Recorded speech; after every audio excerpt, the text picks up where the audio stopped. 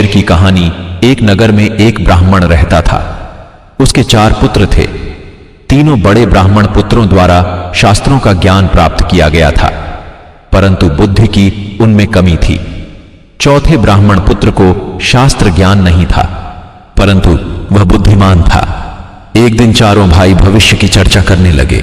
बड़ा भाई बोला, हमने इतनी विद्या अर्जित की है, किंतु जब तक इसका उपयोग न किया जाए यह व्यर्थ है।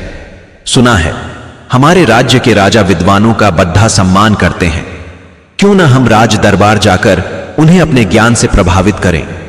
पुरस्कार स्वरूप वह अवश्य हमें अपार धन संपदा प्रदान करेंगे। सभी भाइयों को यह बात उचित प्रतीत हुई और अगले ही दिन वे राजा से मिलने चल पड़े। उन्होंने आधा रास्ता ही पार किया था कि बड़ा भाई कुछ सोचते हुए बोला, हम में से 3 के पास विद्या है। हम राजा के पास जाकर उनसे धन अर्जित करने के पात्र हैं, किंतु सबसे छोटा बुद्धिमान तो है, पर उसके पास विद्या नहीं है। मात्र बुद्धि के बल पर राजा से धन का अर्जन संभव नहीं है। हम इसे अपने हिस्से में से कुछ नहीं देंगे। इसका घर लौट जाना ही उचित होगा। दूसरे भाई ने भी बड़े भाई का समर्थन किया, किंतु तीसरा भाई बोला, यह हमारा भाई है, हम सब साथ पले बड़े हैं, इसलिए इसके साथ ऐसा व्यवहार अनुचित होगा। इसे साथ चलने देना चाहिए। मैं अपना कुछ धन इसे दे दूंगा। अंत में सभी सहमत हो और आगे की यात्रा प्रारंभ की। मार्ग में एक घना जंगल पड़ा। जंगल से गुजरते हुए उन्हें शेर की हड्डियों का ढेर दिखाई पड़ा। उसे देखकर बड़ा भाई बोला, भाइयों, आज अपनी विद्या का परीक्षण करने का समय आ गया है। देखो इस मृत शेर को। हमें अपनी अपनी विद्या का प्रयोग कर इसे जीवित करना चाहिए। सबसे बड़े भाई ने शेर की हड्डियों को इकट्ठा कर उसका ढांचा बना दिया। दूसरे भाई ने अपनी सिद्धि से हड्डियों के ढांचे पर मांस चढ़ाकर रक्त का संचार कर दिया।